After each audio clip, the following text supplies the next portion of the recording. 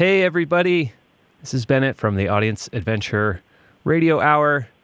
And here, joining me on the line, we have the author of Groom of the Tomb, Demian Katz. Hi, Demian. Hello. Thank you so much for speaking with me today. Oh, my pleasure. Thanks for talking to me about one of my favorite topics. You seem to be one of the foremost experts on game books. It happened somehow. I was in the right place at the right time, I think. Well, let me tell you, Demian, when you start researching the idea for reading game books or choose-your-own-adventure style books on a radio show, your website comes up pretty quick. Do you want to tell us a little bit just about what your site is? Sure. My site is gamebooks.org, which is a bibliography of interactive books, including Choose Your Own Adventures and Fighting Fantasy and all the rest, and their translations into many languages. And well, it's been a sprawling project that just keeps getting bigger.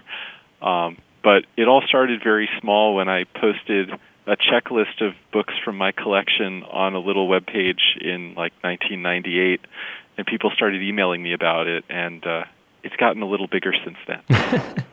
Yeah, there's a Yahoo group affiliated with it that stretches back just about that far. That's correct, yes. It hasn't been all that active lately. I feel like email mailing lists are not the place where all the discussion is happening anymore, but it's kind of a shame. I like email mailing lists. Sure. Well, where do you think it is happening now? Where's the game book community having their talks? On social media, you think? Yeah, social media has kind of taken over, which it has its benefits, but I just find it unstructured. I find it harder to find things there, so that's my gripe. So bring us back to pre-1998 when you are amassing this collection of game books and interactive fiction. Is this something you were into since you were younger? Yeah, absolutely. I think I first read Choose Your Own Adventure books when I was in first grade, when a friend of my family who was a librarian just happened to mention that she kept getting stuck reading them when she was supposed to be reshelving them because they were so interesting. And so we picked up some of those, and then I discovered the more advanced dice-rolling kinds of game books a couple years later, and that really hooked me. I tend to be attracted to things with numbers on them because I want to get all of them and put them in order and figure out which ones I'm missing. It's some sort of mental illness I have. So between loving the material and loving collecting the material, I just accumulated an awful lot of them. But then I became a teenager and kind of forgot about them for a couple of years, and what really set me back on the path was I went to one of those remainder bookstores where they just have tables and tables of things that apparently fell off of a truck somewhere. And one of the things that they had was a giant stack of Fighting Fantasy number 45, which was never printed in the United States, and I have no idea how it ended up there. But because I had thought there were only 21 Fighting Fantasy books, and there was number 45, that kicked in my insanity. And so I started doing research and making lists again, and that's what ultimately ended up on the internet and attracted a lot of attention. Wow. Was it Fighting Fantasy in particular that people were really drawn to? No, it was game books in general, but it's just because I put this list with titles of just about every Choose Your Own Adventure type book I had seen, then people going to early search engines looking for anything of that type found me, and then my email address was there, and so they would write to me. And that ended up also greatly increasing the collection because people wanted to trade with me. I started hearing from people from other countries who said, hey, I'll send you a giant box of French game books if you'll send me a giant box of American game books, and on and on. Amazing. And let's bring the listeners back to remember this is 1998, so we're just into the World Wide Web. We just have, for just a few years now, have a visual way of navigating the web. There's no Wikipedia, right? That's correct. In 1998, the new interesting thing people were just starting to talk about was Google. Finally, a way to sort of search and look for things out there. And yeah, if you're a gamebook fan in France, they're finding your list. That's so cool. I mean, have you developed Seems like you've developed a lot of relationships with people over the years through this list and this interest. Absolutely.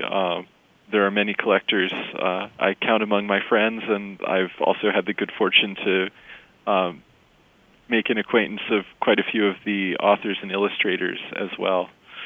Are there other legendary collectors out there? There are a few. Some of them have come and gone, amassed a lot of books, felt they'd accomplished their goal, and sold off the collections again.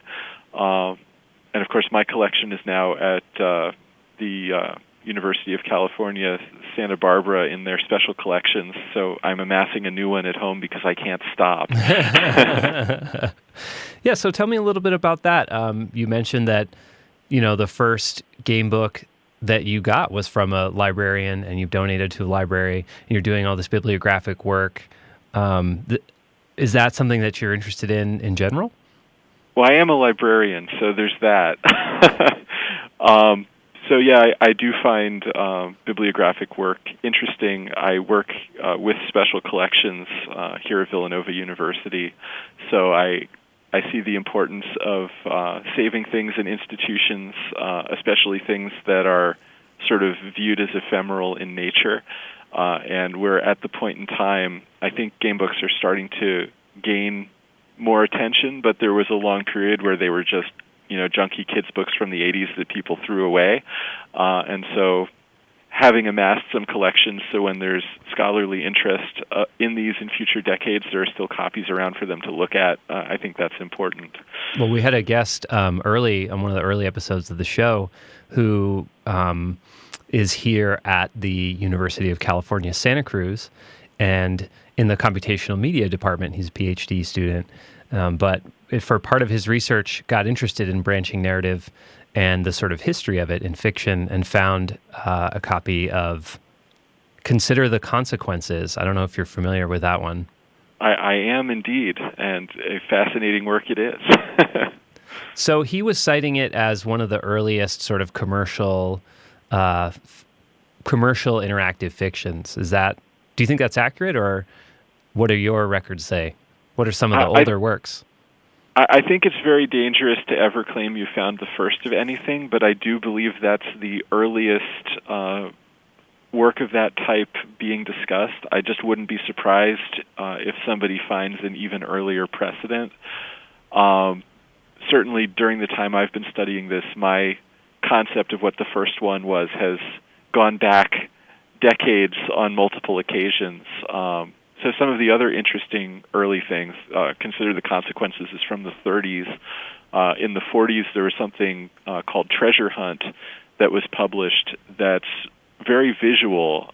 It's formatted so that on each two-page spread, one page has text describing things and offering choices, and the other page is sort of a first-person illustration of what you're seeing, which again seems ahead of its time for being one of the very first.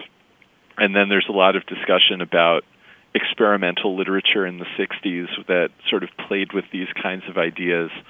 But it seems that the commercial motivation for branching narratives predates the literary experimental motivation, and has certainly predominated in the form thus far, though I do feel that there's certainly potential for telling deeper stories with the medium.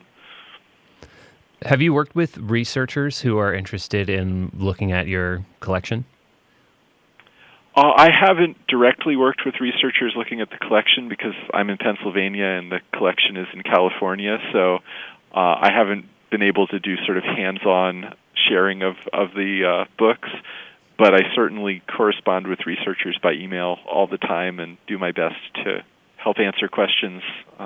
What's your sense of, and maybe this is from what the kind of questions that they're asking, but also the research that you've done on your own, I'm curious how game books are kind of figuring into the history of gaming and the history of literature and fiction, because they're kind of in this interesting middle ground.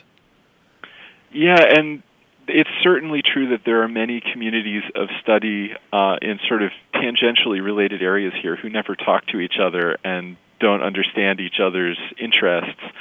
So there's certainly a lot of interactive fiction studies in the area of, parser-based computer interactive fiction like Zork and Infocom games. Then there's the game books.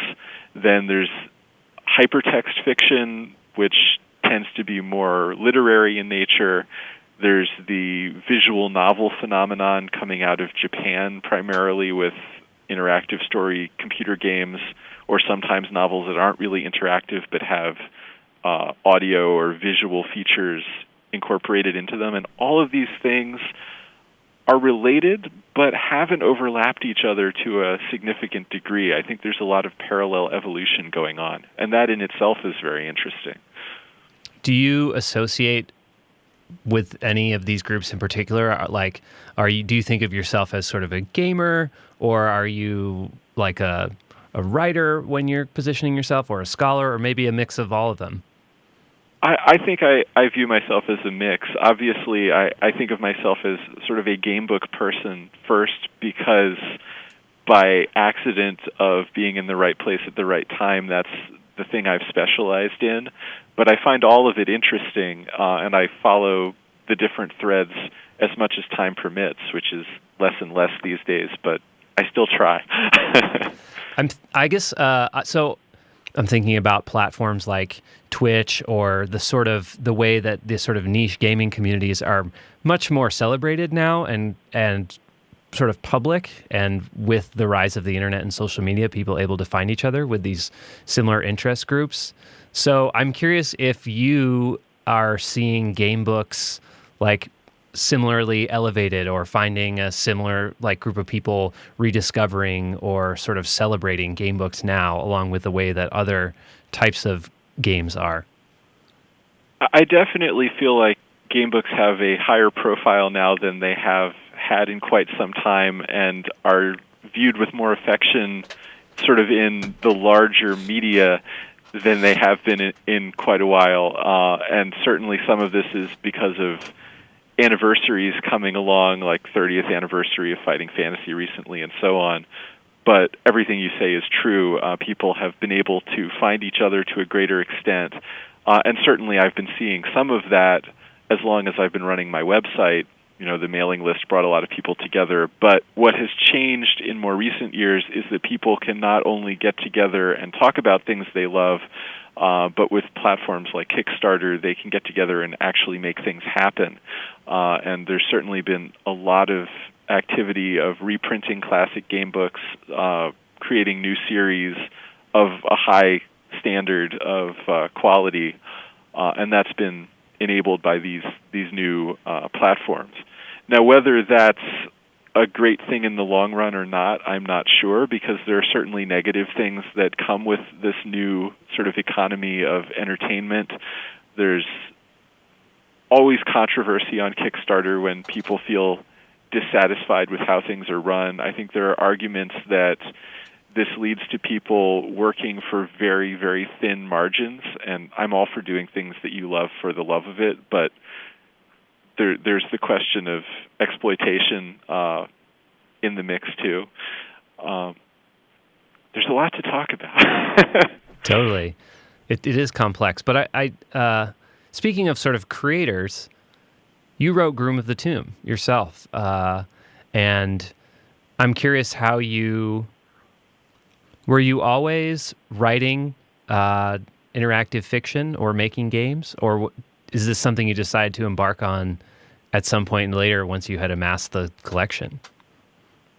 I've done a little bit of writing, but I certainly don't think of myself as a writer first. It doesn't flow so quickly for me, so it's a lot of effort, and I'm very busy, so I tend to work to my strengths, which are sort of the organizational data management stuff. But the reason that Groom of the Tomb came along is because I found another whole kind of books with numbers on them, which I wanted to make lists of, which are the dime novels of the 19th century, which in many ways are precursors, commercially speaking, to game books in terms of being early examples of mass-published literature with distinctive genres to them and so forth. So anyway, I got into the study of dime novels and have made a lot of contacts among dime novel circles, and I thought, it would be fun to do something that exposes my dime novel friends to all this gamebook stuff and my gamebook friends to all this dime novel stuff. So I took one of my favorite dime novels and just rewrote it as an interactive story. So that played to my strengths because I wasn't inventing a whole lot of narrative. I was taking an existing one and then playing with it and restructuring it, and it kind of wrote itself. I just sat on. I have a long train commute, and so I sat on the train and slowly pieced it together. And over the course of about a year, it just took form. And I'm very pleased with what resulted. And I hope the author of the original work is not turning in her grave. Tell us a little bit about dime novels. So the term dime novel is heavily loaded, and I won't get too pedantic about it. But basically, starting in 1860, a company called Beadle and Adams started publishing little paper booklets for 10 cents containing short, complete novels. And this helped to revolutionize publishing because books had previously been more expensive than that. And so with the availability of cheap books and growing literacy among the public, this grew into a really popular form of entertainment. So by the late 19th century, the dime novel and its related forms were kind of the same thing as the blockbuster movie. So you had big, melodramatic, violent, exciting stories of all sorts that people were buying in large quantities and probably talking about with their friends. And so I just stumbled upon these in my work and found it fascinating to see this slice of popular culture from a time before all the media we're accustomed to today. And a lot of these remain quite entertaining. I mean, they're obviously not high-quality literature, but they're fun to read if you can get past how deeply offensive they tend to be. So the sort of melodramatic tone and the big adventurous overtures that our listeners heard in Groom of the Tomb are sort of what you might hear in many, many dime novels. Exactly. And I mean, Bride of the Tomb, which Groom of the Tomb is adapted from, was written by an author who basically had read a lot of these and said, I'm going to outdo them all and use all of their cliches against them. So that it's very consciously big and absurd, but it's certainly reflective of the literature as a whole, and I at least find it a lot of fun to read. Have you seen a younger generation of people, of authors specifically, making game books now? Absolutely. I can't name names off the top of my head, I'm afraid, because I'm somewhat out of the loop. But certainly, as I say, there's one movement to reprint a lot of classic game books, but there's also a number of new voices coming out, some of whom were probably not even of reading age when the first wave came in the 80s. So it's definitely a living form of writing, whereas if we were having this conversation in 1998, I think most people would have said, oh, that's come and gone, computer games killed it, it's not coming back. Right. Are there, for people that are looking on your site, for example, are there some authors, older authors maybe, that you think are more under the radar, would encourage people to explore? I mean, my standard recommendations are always to look at Life's Lottery by Kim Newman, which is, Kim Newman is not usually a game book author. He's a sort of genre-bending horror author, but his one interactive book is a really remarkable thing and well worth a look. Also, you can't go wrong with Dave Morris, who's been involved in a lot of interesting projects, perhaps the most noteworthy, the Fabled Lands books, which, if you're not already familiar with, is sort of an open-world game book environment, which somehow works, even though it sounds impossibly ambitious.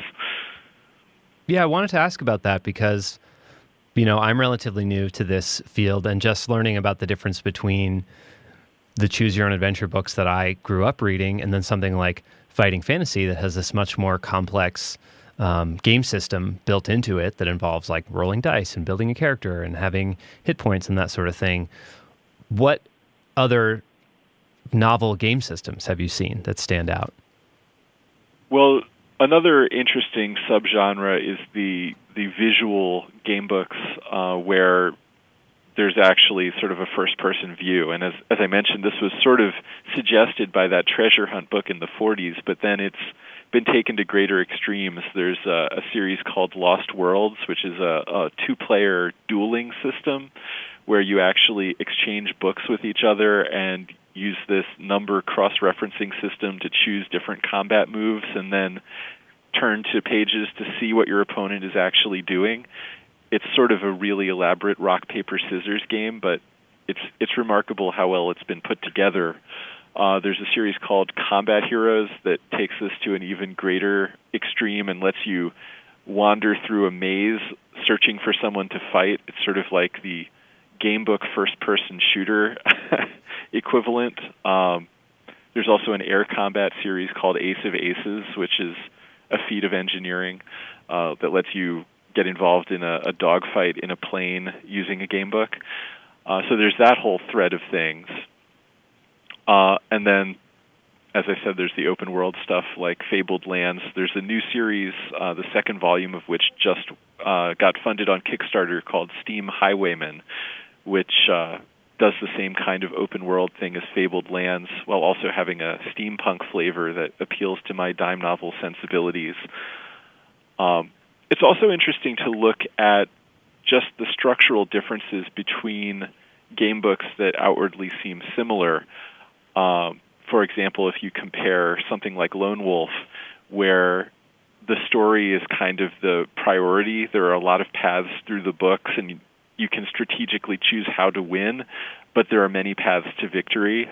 And then some of the fighting fantasy books, which at the surface seem similar to Lone Wolf, but tend to be evil puzzles with only one solution, where you just have to die over and over again to try to find the optimal path. And then even once you've found it, you have to roll ridiculously unlikely dice combinations to get through it. Those all sound incredible, really amazing. Do you provide some information like that on your site to sort of help people differentiate between these different flavors of experience? I've certainly tried to categorize the series on a variety of dimensions to help narrow it down, but some of the judgments are more subjective. So I don't know, for example, that there's a way on my site currently to tell the difference between a more narrative-flavored adventure and a more puzzle-oriented one. I think I've mentioned Jeremy Douglas to you in our email conversation, and he's working on a project to classify narratives based on their tree structure. He's working with my collection at Santa Barbara.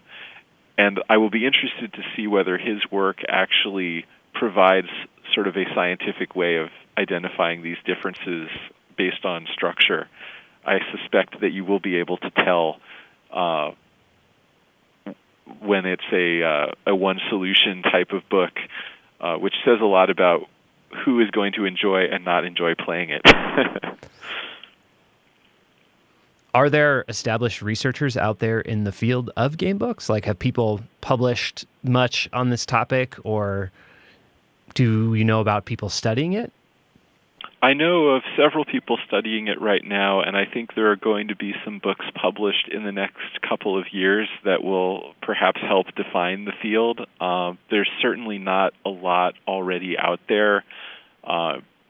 Generally, game books tend to be treated as a footnote in works about larger views of interactive fiction.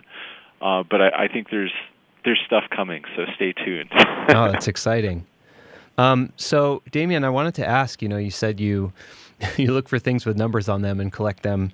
You told us that you collect the dime novels. Do you have any other collections? I'm trying to control myself.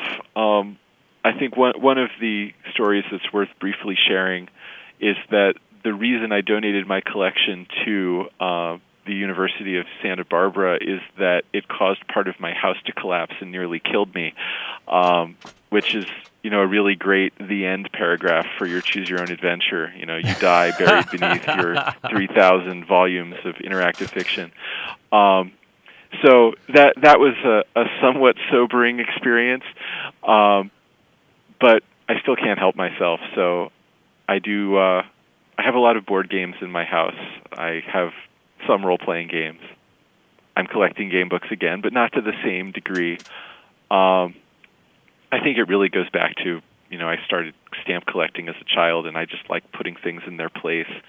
And now I'm a librarian. Yeah, right. Put those skills to work. Exactly. Help them bring home the bacon. I was curious if you have a favorite story about finding a book. I do, actually. You know how collectors work. You can get I found a book stories from anyone who's a hardcore collector. So mine is, there's one book in the Lone Wolf series that's particularly hard to find because only a few were printed. And if you know the Lone Wolf series, you know that anyone who collects it wants all of them because they form a continuous narrative. So if you have a hole in it, you're kind of stuck and you can't continue your adventure. So anyway, this one book, I believe it's number 21 in the series, was selling for absurd amounts of money on eBay because everybody had to have it. It had never been published in the United States. The UK stock was limited. So at this point, I was working in a public library here in Pennsylvania, which has a book sale. And so there was a room in the back of the library where people would stock the books in preparation for the book sale.